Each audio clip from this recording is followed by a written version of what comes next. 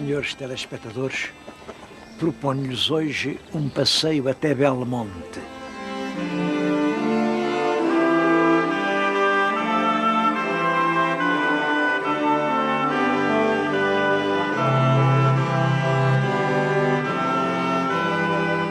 Belmonte é uma terra notável, pelo menos por 3 razões. Claro que a primeira é Cabral. Estou-lhes a falar aqui no castelo onde nasceu Pedro Álvares Cabral, o descobridor do Brasil. A segunda razão são os judeus. Belmonte é a única localidade onde, desde os tempos da perseguição, uma comunidade de judeus conseguiu manter-se unida e chegar até aos dias de hoje. Bom, e a terceira razão, a terceira é o Monte da Esperança. É este monte que se vê aqui na nossa frente, a dominar a paisagem, o Monte da Esperança.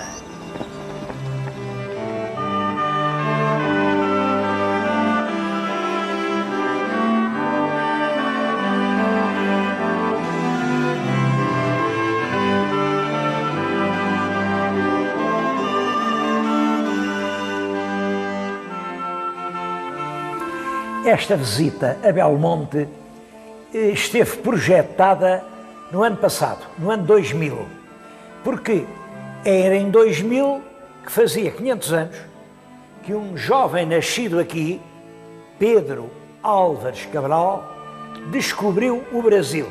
Eu sei que se discute muito isso, já se foi por acaso, já se conhecia. Uma coisa é indiscutível. É com a viagem de Pedro Álvares Cabral que essa grande nação, que é o Brasil, entra na história da humanidade. Até aí ninguém sabia que havia Brasil. Nunca ninguém tinha falado em Brasil. Bom, eu pensei em vir aqui a Belmonte, a este lugar. Eu estou-lhes a falar encostado à campa dos pais do herói que descobriu o Brasil. Estão aqui os despojos fúnebres do pai e da mãe de Pedro Álvares Cabral. Portanto, estou hoje aqui, de certo modo, a cumprir uma dívida, a minha dívida para com Pedro Álvares Cabral. Além está uma urna de granito, que aquela urna é simbólica, porque é moderna, porque Pedro Álvares Cabral, como toda a gente sabe, está sepultado em Santarém. As autoridades de Santarém cederam uma parte pequenina, só simbólica, dos despojos fúnebres do descobridor do Brasil para estar aqui presente neste edifício que é o Panteão dos Cabrais. A toda a volta estão túmulos de pessoas relacionadas com Pedro Álvares Cabral. Uns eram ascendentes, como aqui, outros eram descendentes, outros eram colaterais, e tudo isto à volta da Igreja de Santiago, que é também um monumento muito emocionante.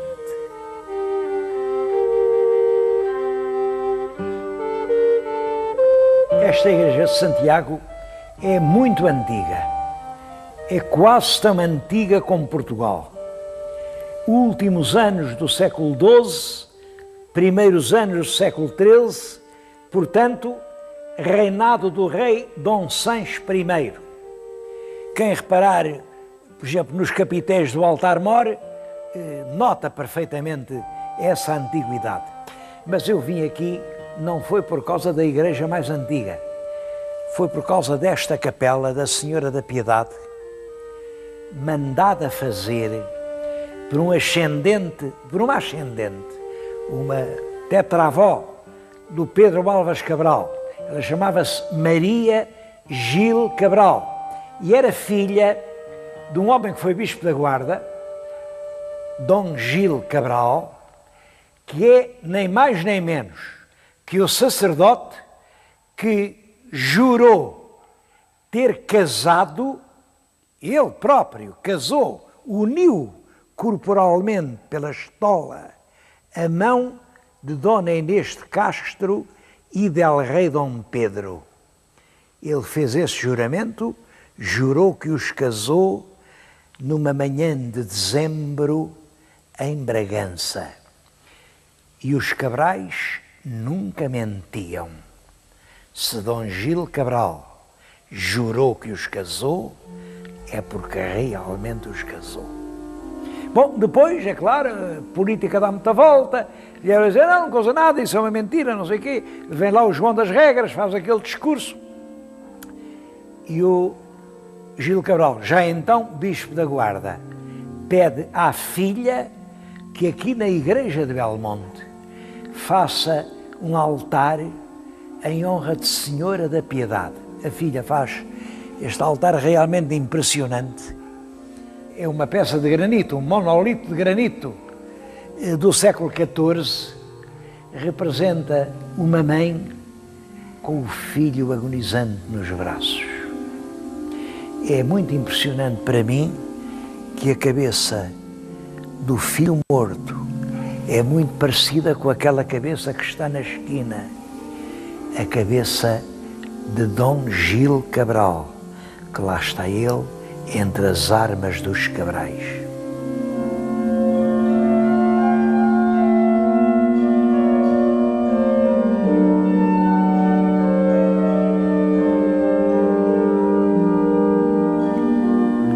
Mas nesta igreja há um altar estranhamente vazio. Naquela mísula de granito houve outrora uma imagem. Onde está ela hoje?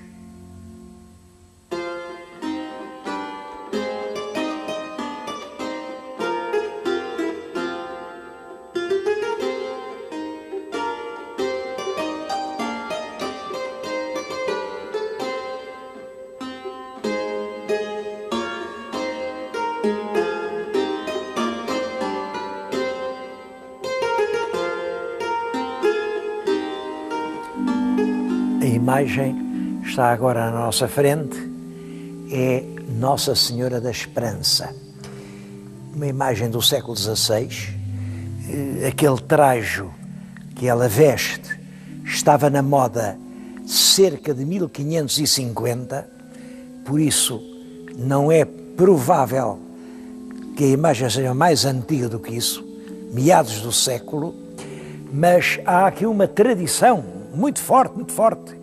Dizem que foi esta a imagem que o Pedro Álvares Cabral levou quando descobriu o Brasil e depois, quando a trouxe, entregou-a a Belmonte. Bom, eu julgo que isso pode não ser verdadeiro, de qualquer maneira, a crença popular nisso é tão forte, consideram a imagem um tesouro precioso e não a deixam sair daqui, seja para o que for. Quando foi a inauguração de Brasília, o governo brasileiro pediu e interessou-se para que a imagem chamada de Cabral fosse a Brasília e o povo não consentiu. Apesar aqui, as nossas autoridades, os párocos, fizeram pressão junto da população, garantiram que ela voltava, mas eles não deixaram a imagem sair daqui. É também por isso, como viram, ela está assim mal pintada, a pintura que tem até estraga um bocado, isto é evidente, precisava de um restauro da pintura. Simplesmente o restauro só se pode fazer numa oficina de restauro. E não há oficinas de restauro em Belmonte. Portanto, a imagem tinha que ir a Lisboa ou a Coimbra. O povo não permite e a imagem está por restaurar. Bom, eu, apesar de tudo, acho que o povo faz bem em defender o seu património. Esta imagem, antes de estar aqui, estava num pequeno conventinho que, por causa da imagem, se chamava Convento da Esperança. E o pequeno conventinho está junto de um monte que, por causa do conventinho, se chamava o Monte da Esperança. Vamos visitar o Convento da Esperança.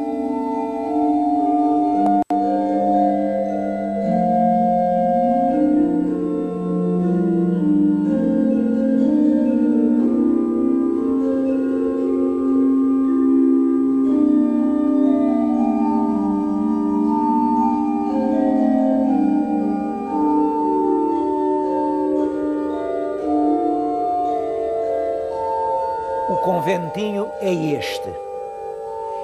A imagem estava colocada num altar que se encostava à parede que agora vemos nua.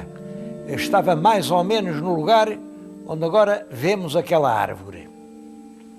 O convento foi fundado em 1563 por um sobrinho neto do Pedro Álvares Cabral, um homem que se chamava Jorge Cabral. Foi um fidalgo muito notável. Ele, por 3 vezes, embarcou e foi à Índia, foi e voltou. Chegou a ser governador da Índia. Foi o 15º governador da Índia.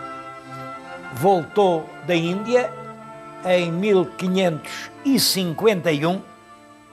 Isto é importante porque aquela imagem, pela moda, pelo traje, tem todo o aspecto de ser feita ali por 1551, 52, porque a roupa, a toilette, é igual à de retratos desse ano. Senhora da Esperança. Que esperança é que seria a do Jorge Cabral em 1551?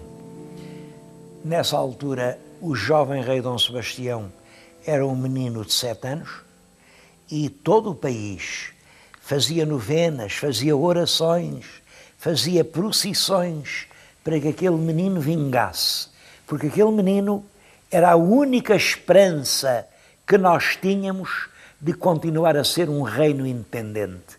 Era o último descendente dos reis de Portugal. Se aquele menino morresse, ela, rei de Castela, podia vir dizer que o rei era ele, porque ele também era neto do rei Dom Manuel. Portanto, todo o país vivia aquela esperança de que aquele menino chegasse ao homem, de que aquele menino reinasse. Acho que é isso que leva o Jorge Cabral a consagrar-se todo ao culto de Nossa Senhora da Esperança. Nossa Senhora da Esperança tem ao colo um menino, o menino dá a uma ave alguns grãos para que aquela ave cresça, se faça grande, possa voar.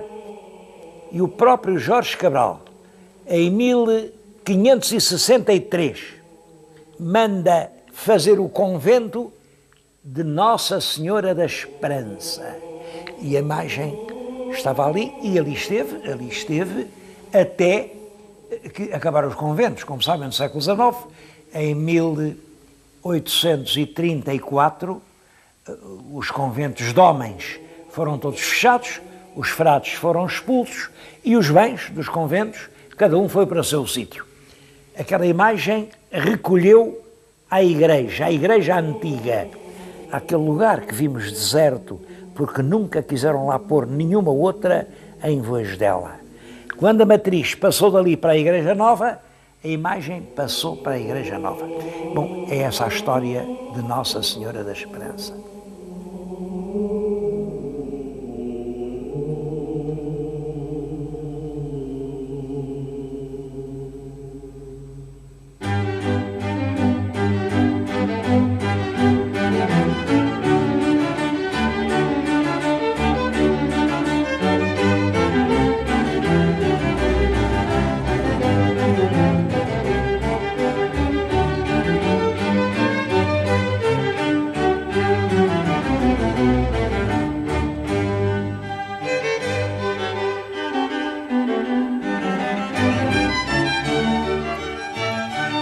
Os frades foram-se embora e o convento começou a sua lenta ruína.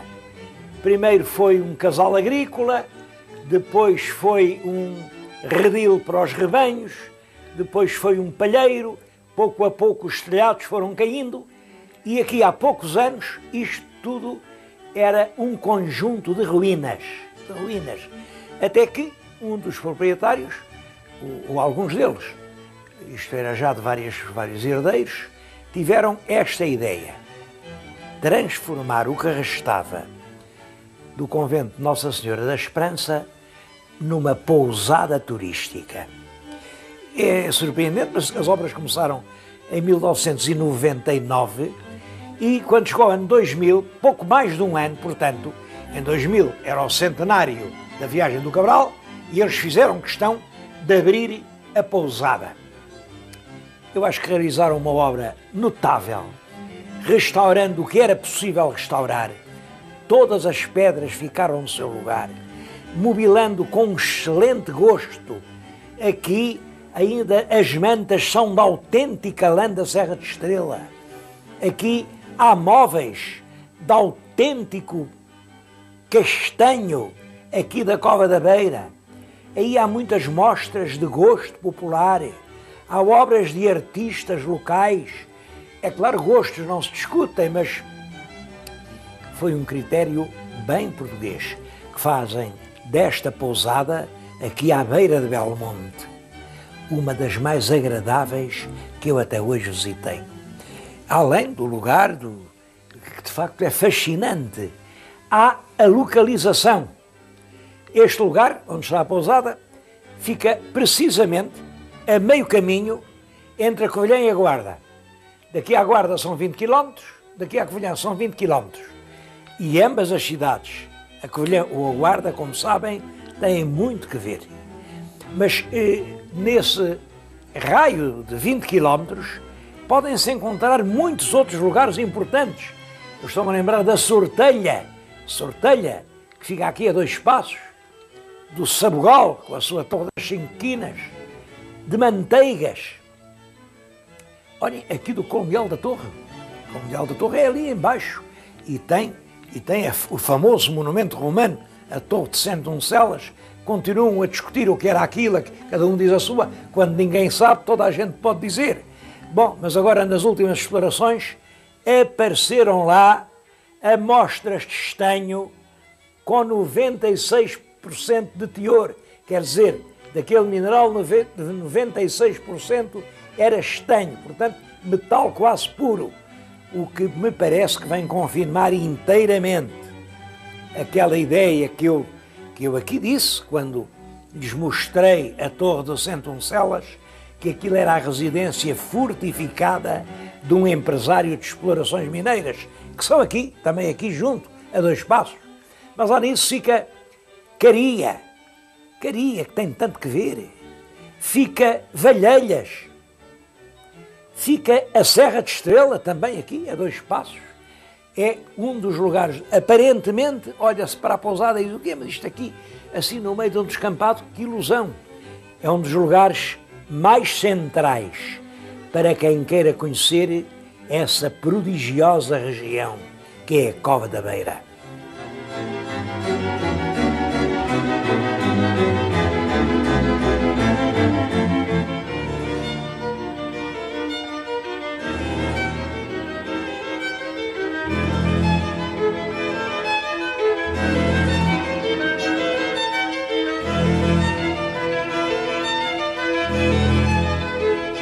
Venho concluir o programa no pico mais alto do Monte da Esperança. Bem à nossa frente está Belmonte. Veio o castelo, o bairro medieval. Junto do castelo está uma casa amarela, é a sinagoga. É impossível vir a Belmonte e não falar nos judeus. Sabem que os judeus tiveram um papel realmente muito importante na história de Portugal, porque durante muitos séculos eram eles, além, claro, do clero, a única população escolarizada.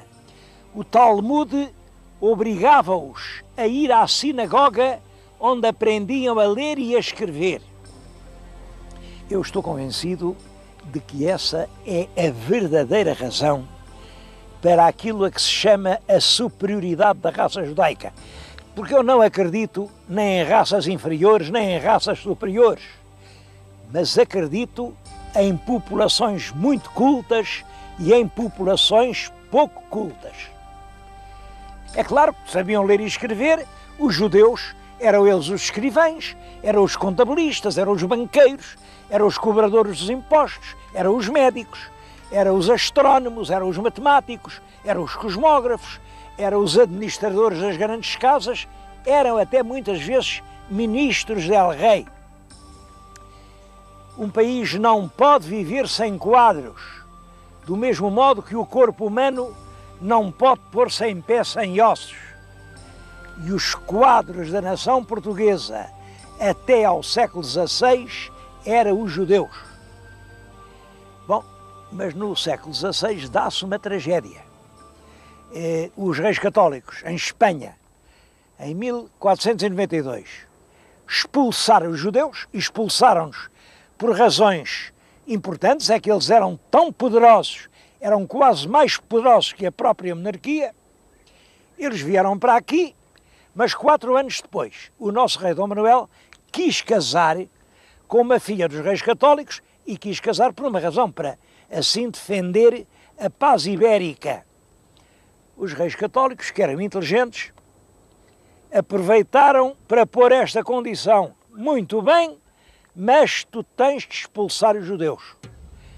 O Dom Manuel também manhou-se pelo seu lado, aceitou e disse que expulsava, mas mandou fechar a fronteira, não deixou sair ninguém, não deixou sair um navio dos portos portugueses, porque ele bem sabia que a saída em massa dos judeus era uma catástrofe económica em Portugal. Bom, e quis mantê-los e converteu-os à força. Converteu-os à força. Aqui em Belmonte, aquela pia que estão agora a ver, é uma pia exatamente dessa época. Foi ali que centenas ou talvez milhares de judeus foram batizados. Claro que isto de batizar à força não resolve nada, porque um homem batizado por fora não muda por dentro. E eles ficaram intimamente judeus e por fora cristãos. Ao domingo iam à missa, que ouviam com muita devoção, mas ao sábado consagravam os rituais judaicos da lei velha. Bom, e foi assim que nasceu em Portugal o drama dos cristãos novos. Eram perseguidos, quando veio a Inquisição, eram queimados e, claro, começaram a sair, iam-se embora. O país, pouco a pouco, ficou exangue dos seus empresários, de todos os seus quadros. Bom, e isso chegou até hoje. Houve terras onde os judeus, apesar de tudo, enfim, escondendo-se, camuflando-se, aparentando por fora uma fé que por dentro não tinham, lá foram resistindo. E isso aconteceu aqui em Belmonte. Os últimos criptojudeus, quer dizer, judeus escondidos da Europa, mantiveram-se até aos nossos dias em Belmonte. O que estão a ver é a sinagoga de Belmonte. Foi inaugurada há poucos anos. Lá dentro tem uma pedra, aquela pedra tem uma data.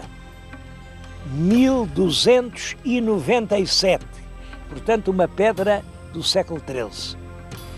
A comunidade judaica de Belmonte é hoje célebre no mundo por uma razão. Foi de todas a que resistiu mais tempo e desencadeia um grande movimento de interesse. Muita gente vem a Belmonte só para ver aquela sinagoga.